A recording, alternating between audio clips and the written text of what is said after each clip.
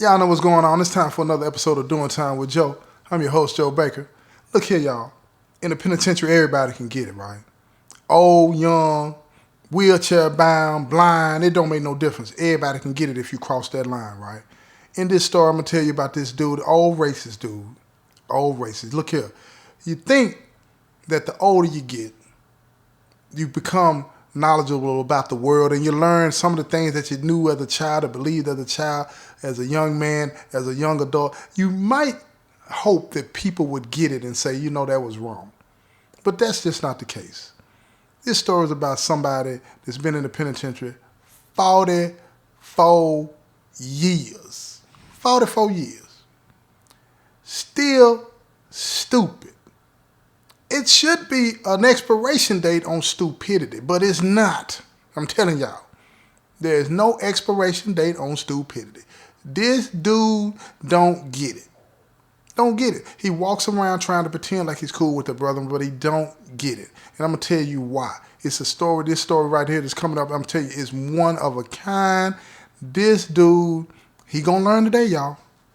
He going to learn today. So sit back, relax, and enjoy the show.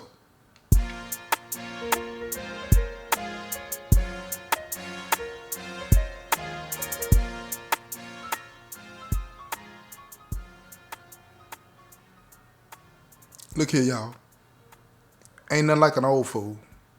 Ain't nothing like an old fool. A young fool, you can put up with. Because you say, well, they haven't learned yet.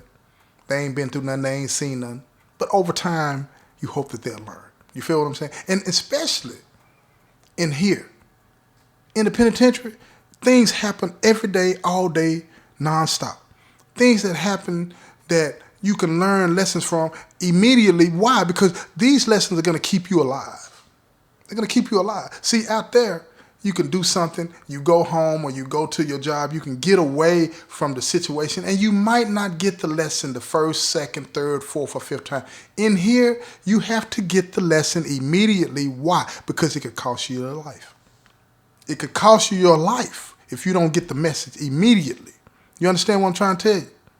So you got to pay attention to the things that go on in here. So let me tell you about this dude. This ain't going to be no long. This ain't going to be no long one, but it's important because this dude here, he's been locked up for 44 years. Came in as a racist. You understand what I'm saying? Had a legion of people following behind him, preaching that crap too. Had people believing all this and all that. Now, he finds himself, he getting shipped around from penitentiary to penitentiary. Why? Because he's causing problems everywhere that he goes. Trying to separate people, create dissension along racial lines. He don't mess with the blacks. He don't mess with the Mexicans. He don't mess with the black and brown people. He don't mess with the white people that mess with the black and brown people. He's real militant about how he gets down. But here's the problem with that. As he got older, instead of him learning that his ideology, that his philosophy was wrong, what he did was learn to what? Masquerade, pretend. He learned to pretend. Put on to get on. You feel what I'm saying? That's what he learned. Remember that. He put on to get on. That's how a lot of people out there do. But we're talking about it in here right now. So this dude, look here, check this out. As he got in his 40s, his health started to deteriorate. So he had to get transferred to a facility that was flat out laid back, the calmest, most peaceful place in the penitentiary. You understand what I'm trying to tell you? But when he got there, he thought that the people there were weak. Here he is, this big, strong, militant, racist white dude. Like he just all of that, right? So he gets there and he tries to implement that to the guys that were around him. He tried to brainwash them. Some of them went, some of them didn't. But all of a sudden, look here, you can't pick when your trouble comes, right? His health, the bottom dropped out of it. Now he got cancer. He's really sick. The years go by, they treat it, he survives, but he can't be transferred to anywhere else because they got to make sure they watch him. So after 20 some odd years later, he's still there. And he's barely getting around.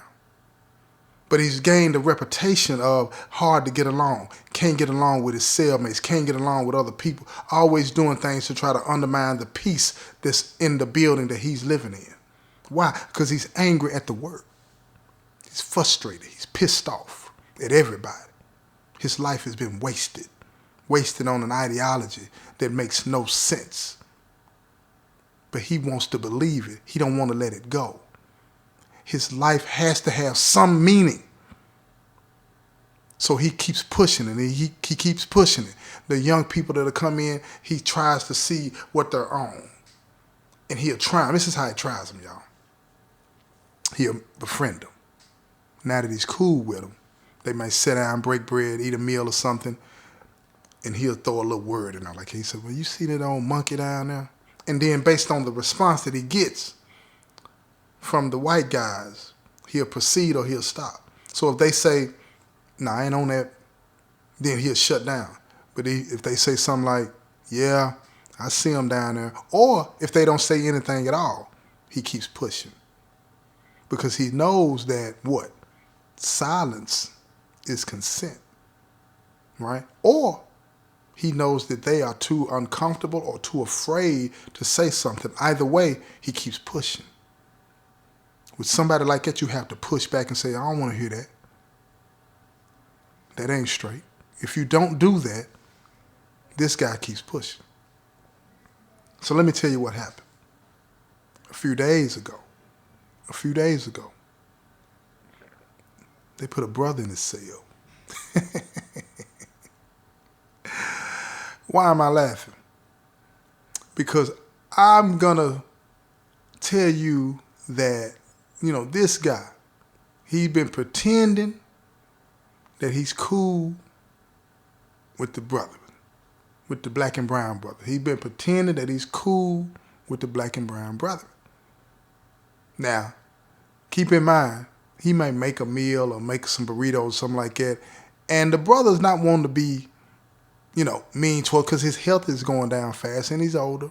Like I say, been locked up 40-something years. They'll take the burrito, but they'll throw it in the trash. They won't eat it because they don't really trust him. And you can't. Because somebody said one day they caught him spitting in some food that he was making for himself. And I'm like, why would he spit in the food that he's making for himself? And then I noticed he was making wraps. And he'll offer these wraps to the brother, the black and brown brother. I said, that's why. You think he's making it for himself, but he's making it for you. Yeah? And he's spitting in it. Ain't no telling what kind of, we know about the cancer, but ain't no telling what else he's got running through his body.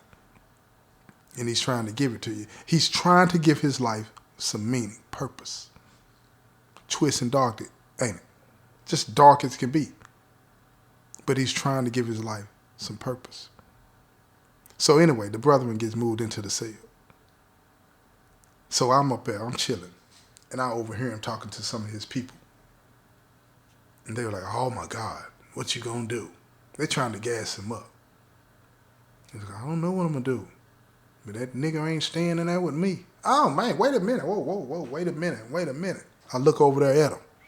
Oh, excuse me, Joe. I didn't mean that. I just looked at him. Just stood there and looked at him.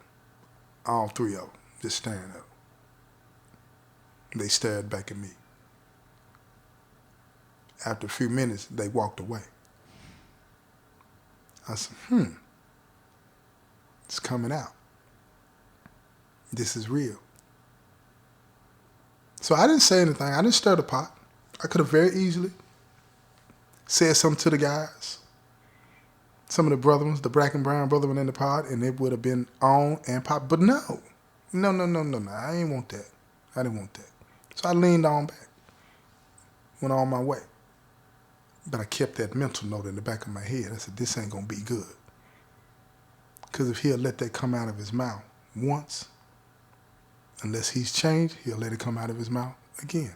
And guess what? Ding, ding, ding, ding, ding, ding. He did. So he's in the cell. And he's pissed about something. Because let me tell you the rules he's got for the cell, right? Now, keep in mind, the cell is like, your kitchen, your living room, your bedroom, your bathroom, all of that, right? So when you're in the cell and you want to eat, you eat. But he says no eating in the cell. He says he turns the lights off at 7 o'clock. TV goes off at 9 o'clock. You feel me? So he can sleep. So he has all these rules of the cell that most people have been complying with when they move in, because they move in and they go tell the people, move me out of here, I can't put up with this, right? This is be black or white. So he tries to tell the brethren, look here, man. I turn the lights off, TVs goes off no later than 9, because I got to get me some rest. So the brethren said, well, go to sleep. But I'm watching TV. And then he said it, y'all. He said, you, So the brethren, he said he laid down. He said he let it register because he started thinking in his mind, wait a minute, he's too old. He can't fight. He can't do nothing with me. If I do anything to him, I'm going to court. It's going down. So he said he let that slide. He just looked at him. I said, I feel you. I understand that, right? I get it. Because if you barely thump him, he might fall down. That's a murder charge. Oh, my God, can't take that. And they going to push it, too. They going to push it. Because ain't no witnesses to substantiate what you say he said. You feel me? And even if it was, I don't know if they would let that slide. You understand? So he let it go. But he did the right thing. He went and reported. He said, look here, I can't live in here no more. He didn't say why. He said, I just can't live. Y'all need to get me out. They already know the business. They said, we'll work on it. So he had to stay in there. So a few days later, he said he was walking out the cell.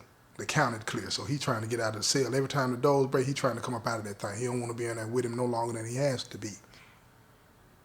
So he come up out that thing. When he's walking out, he hear him in the background. Oh, freaking nigger. He turns around. Before he knew it, he said he brushed him like Superman. Yeah, boom, right up in his face. He had his hand right up on his face, about to push his head into the wall, and he said, He said, you don't even know.